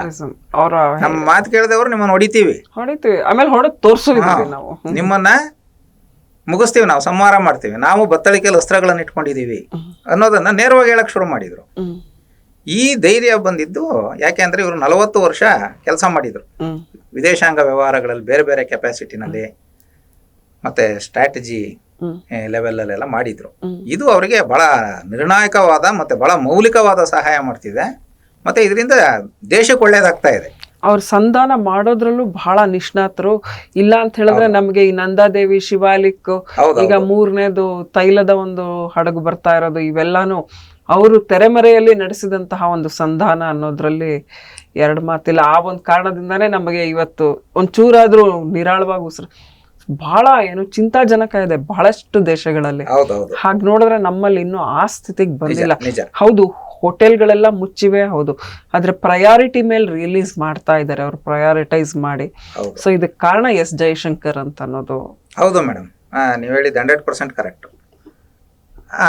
ಸುಮ್ಮನೆ ಭಾರತದ ಭೌಗೋಳಿಕ ವಿಶಾಲತೆ ಮತ್ತು ಇಲ್ಲಿಯ ಜನಸಂಖ್ಯೆಯ ಅಗಾಧತೆಯನ್ನು ಹ್ಮ್ ಲೆಟ್ ಅಸ್ ಇಮ್ಯಾಜಿನ್. ಹ್ಮ್ ಅಮೇರಿಕದ ಜನಸಂಖ್ಯೆ 35 ಕೋಟಿ, ಹ್ಮ್ ಭಾರತದ ಜನಸಂಖ್ಯೆ 150 ಕೋಟಿ ಹತ್ತತ್ರ ಬಂದಿದ್ದೀವಿ ನಾವು. ಹ್ಮ್ ಈಗ ಯುದ್ಧ ಎಲ್ಲೇ ಆಗಲಿ, ಯಾವ ದೇಶವೇ ಮಾಡಲಿ, ಹ್ಮ್. ನಮ್ಮ ಶತ್ರುಗಳು ಮಾಡಲಿ, ನಮ್ಮ ಮಿತ್ರ ರಾಷ್ಟ್ರಗಳು ಮಾಡಲಿ, ನಾವೇ ಮಾಡಲಿ, ಪರಿಣಾಮಗಳು ಹಾಗೆ ಆಗುತ್ತೆ.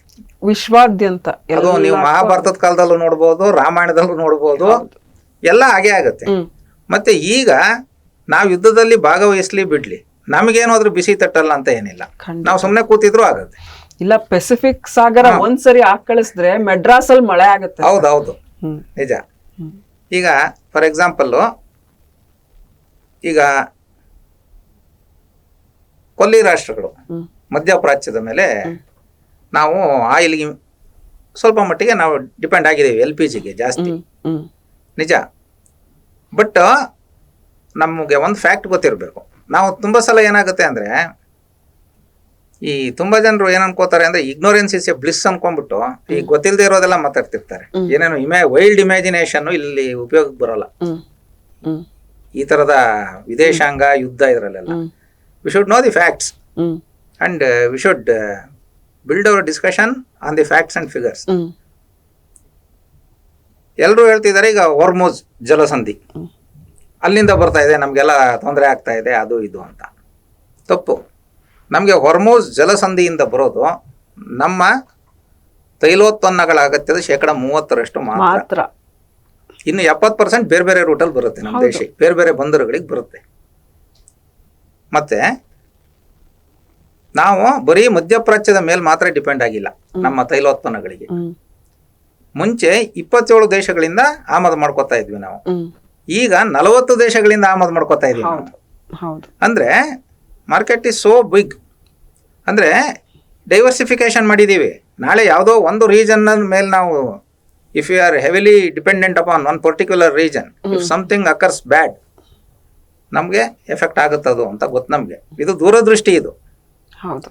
ಜೈಶಂಕರ್ ಅವರು ವ್ಯಾಪಕವಾಗಿ ಪ್ರವಾಸ ಮಾಡಿ ಮಾತುಕತೆ ನಡೆಸಿ ಆದಷ್ಟು ಕಡಿಮೆ ಬೆಲೆಗೆ ನಮಗೆ ತೈಲೋತ್ಪನ್ನಗಳ ಆಮದು ಆಗೋ ಥರ ನೋಡ್ಕೊಳ್ತಿದ್ದಾರೆ.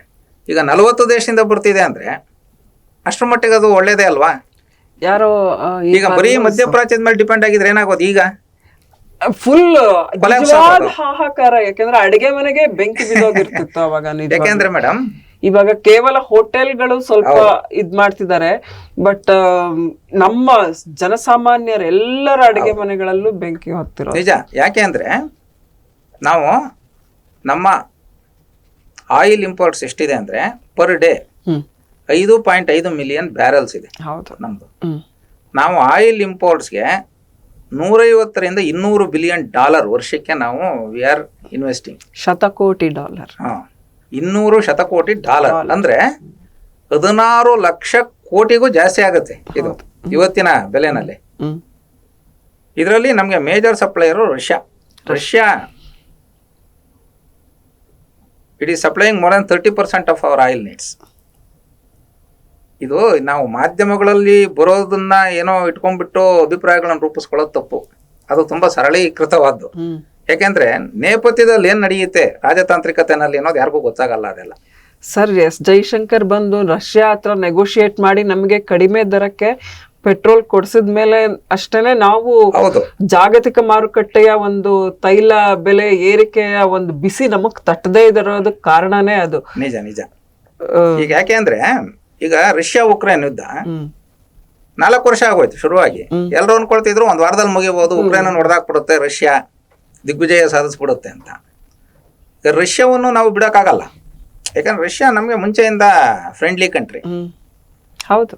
ಅಮೆರಿಕದ ಜೊತೆ ನಮ್ಮ ಸಂಬಂಧಗಳು ಕಳೆದ 3 ದಶಕಗಳಲ್ಲಿ ತುಂಬಾ ಚೇಂಜ್ ಆಗಿದೆ, 90ರಿಂದ ಈಚೆಗೆ. ಹೌದು. ಅದರಲ್ಲೂ ಇಂಡೋ US ನ್ಯೂಕ್ ಡೀಲ್ ಆದ್ಮೇಲೆ ಇನ್ನೊಂದು ಎತ್ತರಕ್ಕೆ ಹೋಗಿದೆ.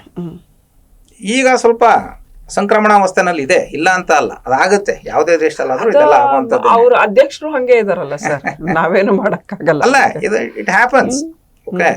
ಯಾಕೆಂದ್ರೆ ನಾವು ಏನಾಗ್ತಿದ್ದೀವಿ ಅಂದ್ರೆ ಇಂಡಿಯಾ ಸೂಪರ್ ಎಲಿಫೆಂಟ್. ನಾವು super elephant. India is super elephant. ಯಾಕೆಂದ್ರೆ ನಮ್ಮ ಪಕ್ಕದಲ್ಲಿ ಚೀನಾ ಡ್ರ್ಯಾಗನ್ ಇದೆ. ನಾವು ಅದಕ್ಕೆ ಒಂದು ಕೌಂಟರ್ ಆಗಿ ನಾವು ಬೆಳಿಬೇಕು ಎಕನಾಮಿಕಲಿ. ಯಾಕೆಂದ್ರೆ ಅವರು ಲಿಬರಲ್ ಎಕಾನಮಿಯನ್ನ ನಮಗಿಂತ 12 ವರ್ಷ ಮುಂಚೆನೆ ಮಾಡಿದವರು. 1978 ಅಲ್ಲೇ ಮಾಡಿಬಿಟ್ರು ಅವರು. They are 8 times ahead of India's economy. ಆದ್ರೆ ನಾವು 91ರಷ್ಟು ತಡವಾಗಿ ಬಂದವರು ಇದಕ್ಕೆ liberal economy. We open up our economy 1991.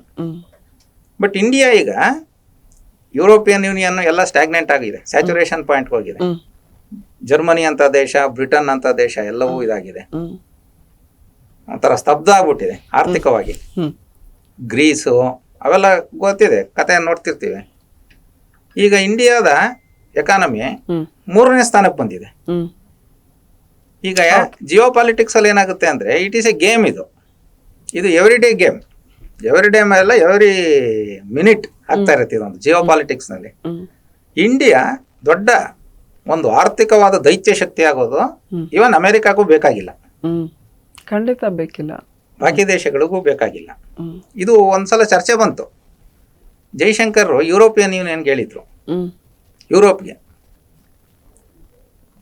Europe ತನ್ನ ಸಮಸ್ಯೆಗಳನ್ನ ಜಾಗತಿಕ ಸಮಸ್ಯೆ ಅಂತ ತಿಳ್ಕೊಳ್ಳೋದನ್ನ ಬಿಡಬೇಕು, ಹಾಗೆ ಜಗತ್ತಿನ ಸಮಸ್ಯೆಗಳಿಗೂ ನನಗೂ ಸಂಬಂಧ ಇಲ್ಲ ಅನ್ನುವ ಕೆಟ್ಟ ಧೋರಣೆಯನ್ನು ಬಿಡಬೇಕು ಅಂತ ಹೇಳಿದ್ರು. ಈ ದಾರ್ಷ್ಟ್ಯ ಹೇಗೆ ಬರುತ್ತೆ? ಹೌದು, ನೀವು ಇಫ್ ಯು ಆರ್ ಪ್ರಾಗ್ಮ್ಯಾಟಿಕ್. ಇಲ್ಲಿ ರಾಜನೀತಿ ಮತ್ತು ವಿದೇಶಾಂಗದಲ್ಲಿ ಏನು ಅಂದ್ರೆ ಮೇಡಮ್, ಇಲ್ಲಿ ರಮ್ಯವಾದ ಆದರ್ಶಗಳು ಕೆಲ್ಸಕ್ಕೆ ಬರಲ್ಲ ಇಲ್ಲಿ. ಖಂಡಿತ ಹೌದು. ಇಲ್ಲಿ ಈ ಸಾಹಿತಿಗಳ ತರ ಯೋಚನೆ ಮಾಡ್ಬಿಟ್ರೆ ಆಗಲ್ಲ. ಇಲ್ಲಿ ಹೋಗ್ಬಿಟ್ಟು ಅದು ಕವಿತೆ ಬರೆಯೋದಕ್ಕೆ ಚೆನ್ನಾಗಿರುತ್ತವೆಲ್ಲ, ಅದು ಸಾಹಿತಿಯ ಲೋಕ ಬೇರೆ. ವಿದೇಶಾಂಗದ ಇದರಲ್ಲಿ 140 ಕೋಟಿ ಜನರ ಭವಿಷ್ಯ ಇದೆ. ಮತ್ತೆ ನಮ್ಮ ಇಂಡಿಯನ್ ಡಯಾಸ್ಪೋರಾ ಇದೆ ಎಲ್ಲ ದೇಶಗಳಲ್ಲೂ, ಕೋಟ್ಯಾಂತರ ಜನ ಇದ್ದಾರೆ. ಅವರ ಹಿತ ಎಲ್ಲ ಕಾಪಾಡ್ಬೇಕು ನಾವು. ಯಾಕೆ ಭಾರತ ಮಾತಾಡ್ತಿಲ್ಲ ಕೊಲ್ಲಿ ಯುದ್ಧದ ಬಗ್ಗೆ ಅಂತ ಹೇಳ್ತಿರಲ್ಲ ಸರ್, ಅಲ್ಲಿ 5.5 ಮಿಲಿಯನ್ ಯೂರೋ ನಮ್ಮವ್ರು ಇದಾರಲ್ಲ ಸರ್, ಅವರ ಹಿತಾನು ಕಾಪಾಡ್ಬೇಕಲ್ವ? ನಿಜ ನಿಜ ನಿಜ ನಿಜ. ಹಾ, ಭಾರತೀಯರು ಎಲ್ಲ ಕಡೆ ಹೋಗಿ ಜಾಂಡ ಹುಡಿದ್ಬಿಟ್ಟಿದ್ದಾರೆ. ಸೊ ನಮ್ಗೆ ಅಲ್ಲ, ಅದೇ ನಮ್ಮ ಶಕ್ತಿ. ನಮ್ಮ ಡಯಾಸ್ಪೊರ ಇರೋದು ಒಂದು ಒಂದು ದೊಡ್ಡ ಪಾಸಿಟಿವ್ ಆದ ಶಕ್ತಿ. ಅದನ್ನ ನಾವು ಸಕಾರಾತ್ಮಕವಾಗಿ ನೋಡ್ಬೇಕು. ಅವರ ಹಿತವನ್ನು ನಾವು ಯಾಕೆ ಗೊತ್ತಾ, ಈಗ UAE ಕಂಟ್ರೀಸ್ ಅಲ್ಲಿ 9 ಮಿಲಿಯನ್ ಇದೆ ಅವ್ರ ಜನಸಂಖ್ಯೆ. ಅದರಲ್ಲಿ 35 to 40 ಮಿಲಿಯನ್ಸ್ ಇಂಡಿಯನ್ಸೇ ಇರೋದು. ಮತ್ತೆ ಅಲ್ಲಿಯ ದಿನನಿತ್ಯದ ಬದುಕು ಭಾರತೀಯರ ಮೇಲೆ ಅವಲಂಬಿಸಿದೆ ಅವ್ರದ್ದು. ಮತ್ತೆ ಭಾರತೀಯರು ಇನ್ನೊಂದೇನು ಅಂದ್ರೆ, ಎಲ್ಲೇ ಹೋದ್ರು ಅಕಾಮಡೇಟಿವ್. ನೀವು ಜಗತ್ತಿನ ಯಾವ ದೇಶದ ಚರಿತ್ರೆ ನೋಡಿ, ಇದ್ದಂಗೆ ಲೋಟಕ್ಕೆ ಹಾಕಿದ್ರೆ ಲೋಟದ ನೀರು, ಪಾತ್ರೆಗೆ ಹಾಕಿದ್ರೆ ಪಾತ್ರೆ ನೀರು, ಸ್ಥಿತಿಸ್ಥಾಪಕತ್ವ ಗುಣ ಇದೆ. ಮತ್ತೆ ನಮ್ಮಲ್ಲಿ ಈ ಲಿಬರಲ್ ಆದ ಒಂದು ಆಟಿಟ್ಯೂಡ್ ಮುಂಚೆಯಿಂದಾನು ಇದೆ. ನೀವು ವೆಸ್ಟ್ ಇಂಡೀಸ್ ತಗೊಳ್ಳಿ, ಅಮೇರಿಕಾ ತಗೊಳ್ಳಿ, ಬ್ರಿಟನ್ ತಗೊಳ್ಳಿ, ಜರ್ಮನಿ ತಗೊಳ್ಳಿ, ಆಸ್ಟ್ರೇಲಿಯಾ ತಗೊಳ್ಳಿ, ಸಿಂಗಪುರ್ ತಗೊಳ್ಳಿ. ಭಾರತೀಯರಲ್ಲಿ ಹೋಗಿ ಅಲ್ಲಿ ಯಾರಿಗೂ ತೊಂದರೆ ಮಾಡಿಲ್ಲ.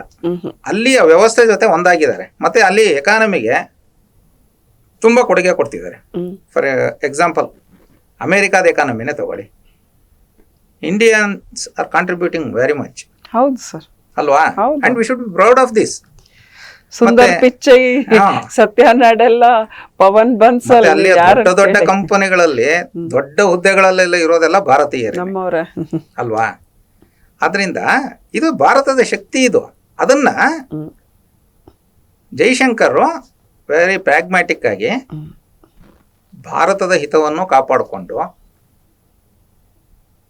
ಹೊರಗಡೆ ಇರುವ ಅನಿವಾಸಿ ಭಾರತೀಯರ ಹಿತವನ್ನು ಕಾಪಾಡಿಕೊಂಡು, ಜಿಯೋ ಪಾಲಿಟಿಕ್ಸ್ ನಲ್ಲಿ ಭಾರತ ಒಂದು ನಿರ್ಣಾಯಕವಾದ ಧ್ವನಿಯಾಗಿ ಹೊರಹೊಮ್ಮೋದಕ್ಕೆ ಇದು ಸಹಾಯ ಆಗಿದೆ.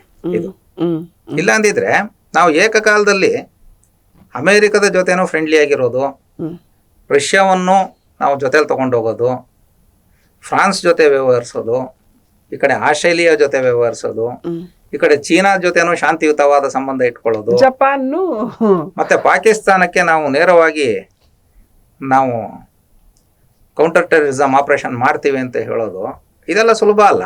ಇದು ಈ 15-20 ವರ್ಷದಿಂದ ನಾವು ಇಮ್ಯಾಜಿನೇ ಮಾಡ್ಕೊಳಕ್ತಿರ್ಲಿಲ್ಲ ಇದನ್ನೆಲ್ಲ. ಈಗ ಏನಾಗಿದೆ ಅಂದರೆ, ಒಂದು ಆರ್ಥಿಕ ಶಕ್ತಿ ನಮ್ಮ, ಇನ್ನೊಂದು ನಾವು ಒಂದು ದೊಡ್ಡ ಮಿಲಿಟರಿ ಶಕ್ತಿಯಾಗಿಯೂ ಬಂದಿದ್ದೀವಿ.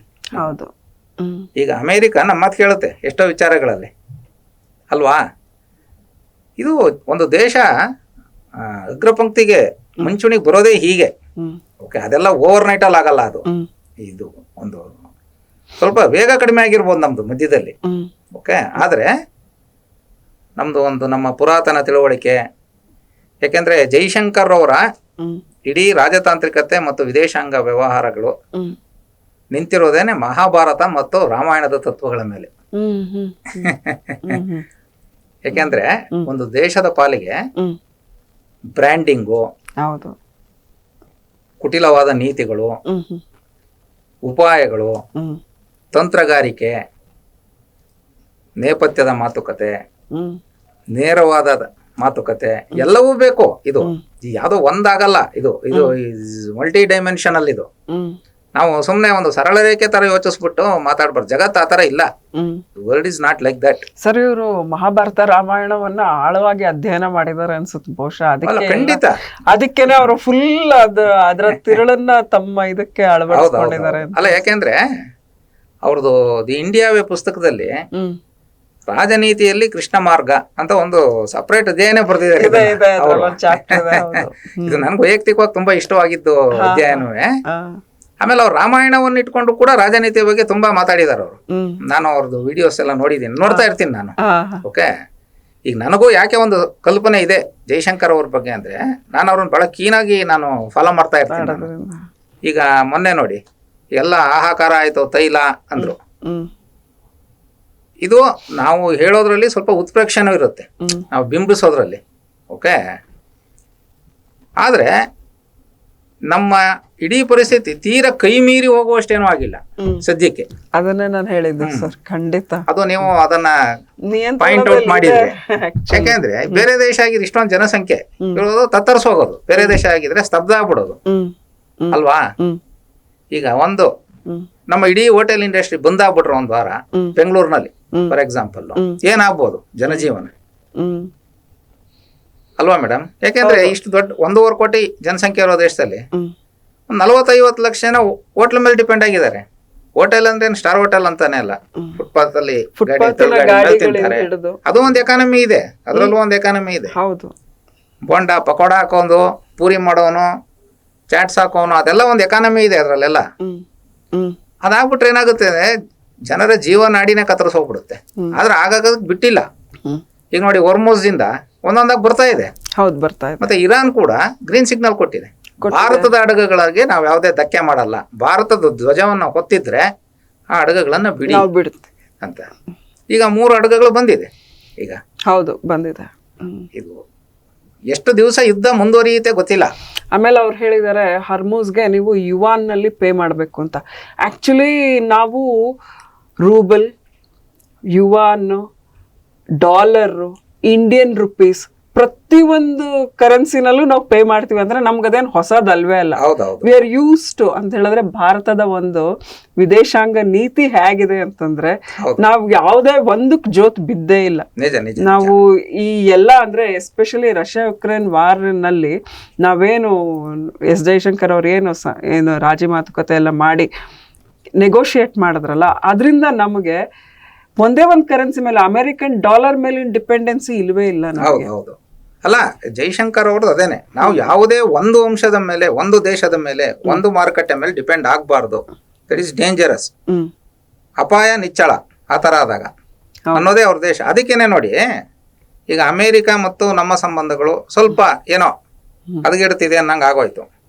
ತಕ್ಷಣ ನೋಡಿ ಅವರು ಯುರೋಪಿಯನ್ ಯೂನಿಯನ್ ಜೊತೆ FTA ಕ್ಲಿಂಚ್ ಮಾಡಿದ್ರು. ಹೌದು. ಅದೇನು 20 ವರ್ಷದಿಂದ ಅದು ಬರೀ ಮಾತುಕತೆ ಲೆವೆಲಲ್ಲೇ ಇತ್ತು. ಆದ್ರೆ ಸ್ಪೀಡ್ ಅಪ್ ಮಾಡಿರೋದನ್ನ ಅದು ಮದರ್ ಆಫ್ ಆಲ್ ಡೀಡ್ಸ್ ಅಂತ ಕರೀತಾ ಇದ್ದಾರೆ, ಅಲ್ವಾ ಮೇಡಮ್? ಅವರು ಯುರೋಪಿಯನ್ ಯೂನಿಯನ್ನಿನ ಜೊತೆ ಬಂದಿದ್ರಿಂದ, FTA ಮಾಡ್ಕೊಂಡಿದ್ರಿಂದ ಏನಾಯ್ತು, ಅಮೆರಿಕ ಕೂಡ ನೆಗೋಷಿಯೇಷನ್ಸಿಗೆ ಬಂತು FTA ನಲ್ಲಿ. ಅವರು ಒಂದು ಮಾಡ್ಕೊಂಡ್ರು. ಮತ್ತೆ ಈಗ ಮೊನ್ನೆ ಅವರು ಬ್ರುಸೆಲ್ಸ್ಗೆ ಹೋಗಿದ್ರು. ಯುರೋಪಿಯನ್ ಯೂನಿಯನ್ನಿನ 27 ವಿದೇಶಾಂಗ ಸಚಿವರ ಜೊತೆ ಮಾತುಕತೆ ನಡೆಸಿದ್ದಾರೆ ನಿನ್ನೆ ಮೊನ್ನೆ 2 ದಿವಸಗಳ ಕಾಲ ಸತತವಾಗಿ. 2 ದಿವಸ ಅವ್ರು ಯಾಕೆ ಎಂಗೇಜ್ ಆದ್ರು ಅಷ್ಟು ಜನ ಬಂದು? ರಿಪಬ್ಲಿಕ್ ಡೇ ಗೆಸ್ಟ್ ಇಯುನ ಸಂಚಾಲಕರು ಮತ್ತು ಆ ಕಮಿಷನ್, ಯುರೋಪಿಯ ಕಮಿಷನ್ನಿನ ಅಧ್ಯಕ್ಷರು ಅವರೇ ಬಂದು ಕುಳಿತಿದ್ರಲ್ಲ. ಹೌದೌದು, ನಿಜ. ಮತ್ತೆ ಅಮೆರಿಕ ಟ್ರಂಪ್ ಸ್ವಲ್ಪ ವ್ಯತ್ಯಾಸವಾಗಿ ಮಾತಾಡಿದಾಗ ಏನ್ ಮಾಡಿದ್ರು, ತಕ್ಷಣ ಭಾರತ, ಚೀನಾ, ರಷ್ಯಾ ಒಂದ್ ಕಡೆಗೆ ಬಂತು. ಹೌದು. ಅಂದ್ರೆ ಜಾಗತಿಕ ಮಟ್ಟದಲ್ಲಿ ಸಡನ್ ಆಗಿ ಈಕ್ವೇಷನ್ಸ್ ಚೇಂಜ್ ಮಾಡೋದು ಇದೆಯಲ್ಲ, ಶಾಂಘೈ ಸ್ಟ್ರಾಟಜಿ. ಹೌದು. ಈಗ ಜೈಶಂಕರ್ ಅವ್ರನ್ನ ಅವ್ರಿಗೆ ನನ್ನಂತ ಒಂದು ಸರ್ಟಿಫಿಕೇಟ್ ಏನ್ ಬೇಕಾಗಿಲ್ಲ. ಆದ್ರೆ ನಾವು ಜನಸಾಮಾನ್ಯರು, ಒಬ್ಬ ಸಾಮಾನ್ಯ ನಾಗರಿಕನಾಗಿ, ಈ ದೇಶದ ನಾಗರಿಕನಾಗಿ ನಾವು ಇವನ್ನೆಲ್ಲ ತಿಳ್ಕೊಂಡಿರ್ಬೇಕು. ಸ್ವಲ್ಪ ಮಟ್ಟಿಗಾದ್ರೂ ಸ್ಥೂಲವಾಗಿ ಆದ್ರೂ ತಿಳ್ಕೊಂಡಿರ್ಬೇಕು. ಈ ನನಗೂ ದೇಶಕ್ಕೂ ವಿದೇಶಾಂಗ ವ್ಯವಹಾರಕ್ಕೂ ಏನು ಸಂಬಂಧವೇ ಇಲ್ಲ ಅನ್ನೋ ತರ ನಿರ್ಲಿಪ್ತವಾಗಿ ಇರೋದು ಅಷ್ಟು ಒಳ್ಳೇದಲ್ಲ ಅಂತ ಅನ್ಸುತ್ತೆ. ನಮ್ಗೆ ಯಾಕೆ ಎಷ್ಟೋ ಸಲ ತಪ್ಪು ಅಭಿಪ್ರಾಯ ಬರುತ್ತೆ ಅಂದ್ರೆ ಏನು ಗೊತ್ತಿಲ್ಲದೆ ಇರೋದ್ರಿಂದನೂ ಬರುತ್ತೆ. ಅವಾಗ ಏನಾಗುತ್ತೆ, ಬರೀ ಊಹೆ ಕಲ್ಪನೆಗಳು ಆ ತರ ಆಗ್ಬಿಡುತ್ತೆ. ನಮ್ಗೆ ಯಾವಾಗ ವಾಸ್ತವ ಗೊತ್ತಿರಲ್ವಲ್ಲ, ಈ ಮಾತನಾಡುವ ಚಪಲ ಬಂದ್ಬಿಡುತ್ತೆ. ಅವಾಗ ಅದೇನೋ ಒಂದು ಮಾತಾಡ್ತಾ ಇರ್ತೀವಿ, ಈ ಸುಮ್ಮನೆ ಗಾಳಿನಲ್ಲಿ ತೇಲ್ಬಿಟ್ಬಿಡೋದು ಅದನ್ನೆಲ್ಲ. ಆದ್ರೆ ವಾಸ್ತವ ಬೇರೆ ತರ ಇದೆ. ಇವತ್ತು ನೋಡಿ, ಭಾರತದ ಅಕ್ಕಪಕ್ಕದ ದೇಶಗಳಲ್ಲೆಲ್ಲ ಅನ್ರೆಸ್ಟ್ ಇದೆ ತುಂಬಾ. ಬಾಂಗ್ಲಾ ಏನಾಯ್ತು ನಿಮ್ಗೆ ಗೊತ್ತಿದೆ. ನೇಪಾಳ ಏನಾಗಿದೆ, ಶ್ರೀಲಂಕಾ ಏನಾಗಿದೆ. ಶ್ರೀಲಂಕಾ ಚೀನಾದ ಹಿಡಿತದಲ್ಲಿದೆ. ಯಾಕೆಂದ್ರೆ ಪ್ಯಾಸಿಫಿಕ್ ಅಲ್ಲಿ ಚೀನಾ ತನ್ನ ಅಧಿಪತ್ಯವನ್ನು ಸ್ಥಾಪಿಸ್ಕೋಬೇಕು ಅಂತ ಹೊರಟಿದೆ. ಅದಕ್ಕೆ ಕೌಂಟರ್ ಆಗಿ ಇಂಡಿಯಾ, ಆಸ್ಟ್ರೇಲಿಯಾ, ಅಮೇರಿಕಾ ಮತ್ತೆ ಜಪಾನ್ ಜೊತೆ ಸೇರ್ಕೊಂಡು ಕ್ವಾಡ್ ಅಂತ ಮಾಡಿರೋದು. ಕ್ವಾಡ್ ಏನು, it is a counter strategy to check the China, ಅಲ್ವಾ ಮೇಡಮ್? Am I right? ಈಗ ಪಾಕಿಸ್ತಾನದಲ್ಲಿ ಏನಾಗಿದೆ, ಈಗ ಒಂದು ದೇಶ ಅಂದ್ರೆ ಸೋಷಿಯಲ್ ಹಾರ್ಮೋನಿ ಇರಬೇಕು, ಎಕನಾಮಿಕ್ ಪ್ರೋಗ್ರೆಸ್ ಇರಬೇಕು, ಲಾ ಅಂಡ್ ಆರ್ಡರ್ ಇರಬೇಕು,